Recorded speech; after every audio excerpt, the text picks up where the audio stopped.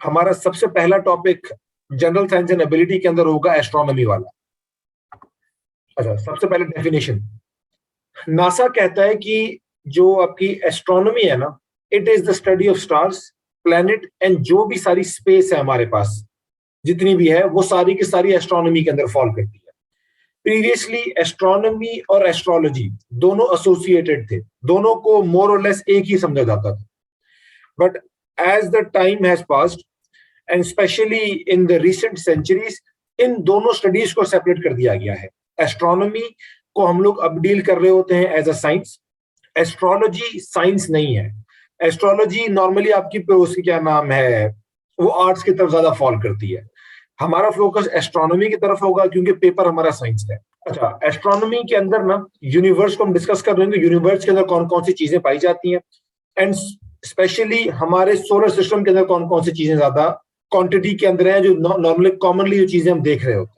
Universe का मतलब है वो सारा मैटर, वो सारी एनर्जी, वो सारी स्पेस, वो सारे के सारे मैटर्स, मटेरियल, कोई भी चीज किसी भी फॉर्म में पूरी कायनात के अंदर जहां जहां एग्जिस्ट करती है, वो सारे के सारे यूनिवर्स वाली डेफिनेशन के अंदर आते हैं। इट इज सेड कि यूनिवर्स, इसका जो डायमीटर है वो 91 बिलियन लाइट ईयर्स का डायमीटर है इसका।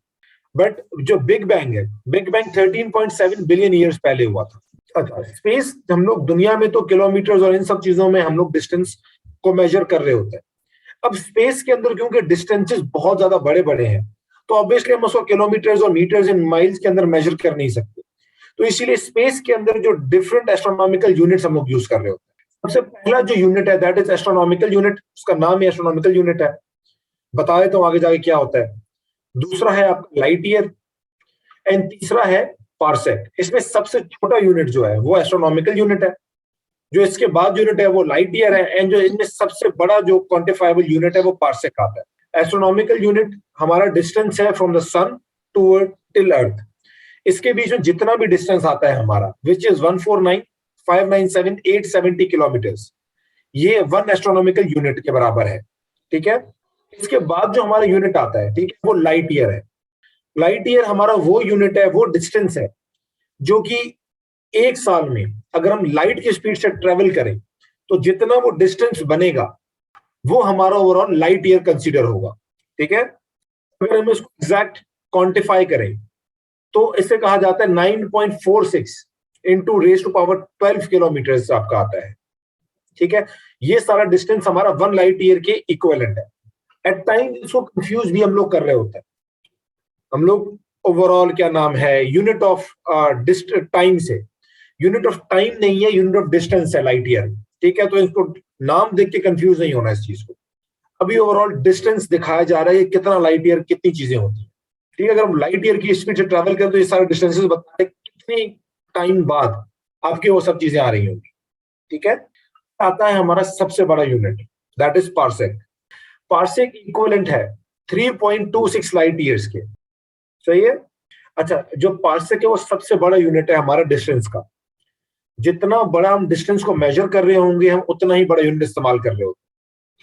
बट जो सबसे ज्यादा कॉमनली यूज्ड आपका जो डिस्टेंस है ना, जो यूनिट है आपका डिस्टेंस का इन स्पेस, वो लाइट ईयर है। ठीक है, क्योंकि उसकी जो वो है कैलकुलेशंस कंपैरेटिवली इजियर होती हैं, कॉम्प्रिहेंड करना उसको कंपैरेटिवली आसान होता है। फिर सवाल आता है कि हमारा origin and fate of universe के ऊपर। जो ये वाला पार्ट है ना एस्ट्रोनॉमी का, उसको कॉस्मोलॉजी कहा जाता है।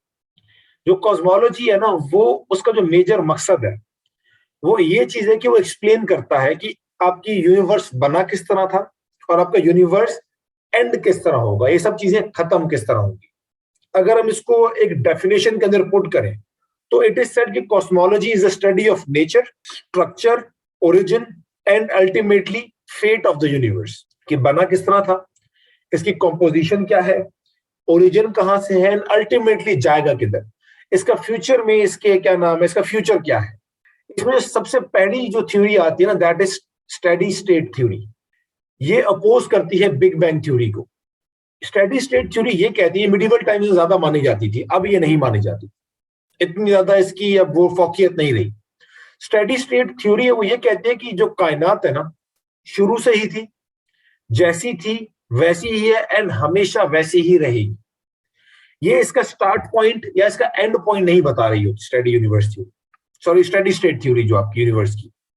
ये कहती है कि जैसे जैसे मैटर्स खुद से दूर होते जाते हैं, कह रहे उसी वैक्यूम के अंदर न्यू मटेरियल्स बन रहे होते हैं, न्यू मैटर क्रिएट होता है उस गैप में।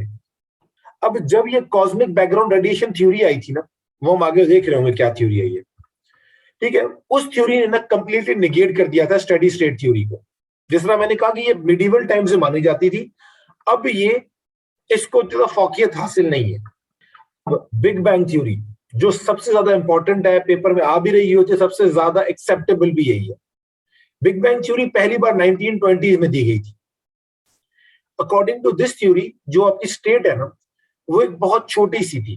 तो आपकी जो ये क्या नाम है, आपकी जो यूनिवर्स है बिल्कुल छोटा सा था, एक इनफाइनेटली स्मॉल पार्टिकल था जो हद से ज्यादा, जो इनफाइनाइट टेम्परेचर के ऊपर था एंड इनफाइनेटली डेंस पॉइंट था, जहां पे हमारे पूरे के पूरी जो कुल कायनात है उसी के अंदर कंपोज थी, उसी के अंदर थी।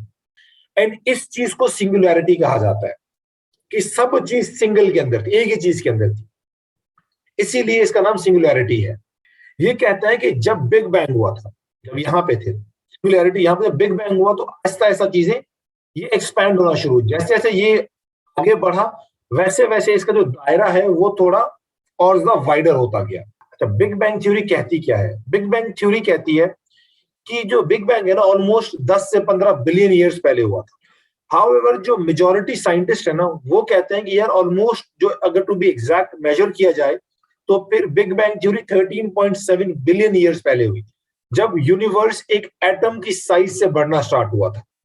जब यूनिवर्स बढ़ना स्टार्ट हुआ एक वायलेंट एक्सपेंशन के तौर पे, एकदम एब्रप्ट, बहुत ही मैसिव स्केल के ऊपर ये एक्सपेंशन चल रही थी, एंड साथ ही साथ सारे के सारे मैटर और स्पेस इसी एक्सपेंशन के नतीजे में, एंड जब इतना हाई टेम्परेचर कूल डाउन चीजें होना शुरू हुई, तो सब चीजें ये वजूद में आना स्टार्ट हो गई। इनिशियली जो यूनिवर्स था वो ऑलमोस्ट 75% हाइड्रोजन था एंड 25% हीलियम था। इवन टुडे इसकी कंसंट्रेशन मोर और लेस अभी भी सेम ही है।